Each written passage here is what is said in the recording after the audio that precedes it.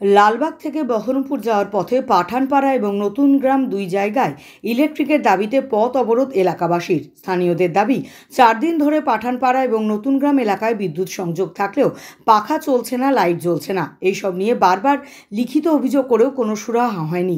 বাড়িতে বৃদ্ধ বৃদ্ধা এবং অসুস্থ বাচ্চাদের অবস্থা নাজেহাল। ইলেকট্রিক সাপ্লাইকে ফোন করলেও ফোন ধরে না। এর প্রতিবাদে নতুন গ্রাম এবং পাঠানপাড়ার এলাকাবাসীরা রাস্তা অবরোধ করেন।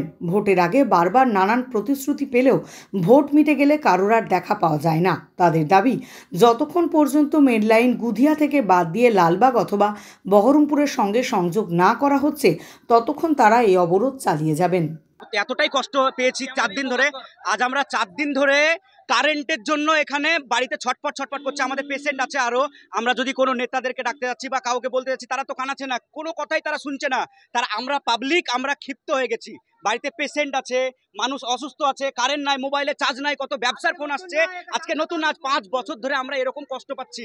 এর আগে 5 বছর আগে আমরা একটা আন্দোলন করেছিলাম, সেখানে আমাদেরকে কারেন্ট ব্যবস্থা করে দেওয়ার কথা হয়েছিল 3 বার। 5 বছরের মধ্যে 3 বার হয়ে গেছে অলরেডি। কিন্তু আমরা ভাবছি এটাই যে কারেন্টের অফিসে যখন বিলের জন্য আমাদেরকে বাড়িতে বিল দিয়ে যাচ্ছে, একটা দিন যদি দেরি হয় ফাইন করছে, নাহলে কারেন্ট কেটে দিয়ে চলে যাচ্ছে।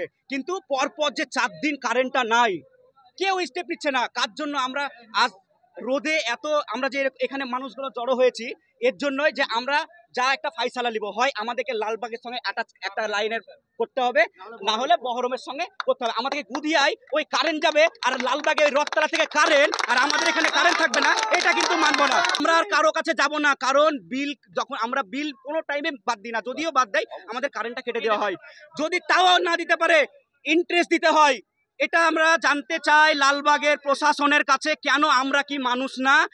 আমাদের অবরোধ যতক্ষণ পর্যন্ত লালবাগ এসে এখানে না হাজির হচ্ছে, ততক্ষণ পর্যন্ত আমরা এই আন্দোলন চালিয়ে যাব। বাংলা টুডে নাও।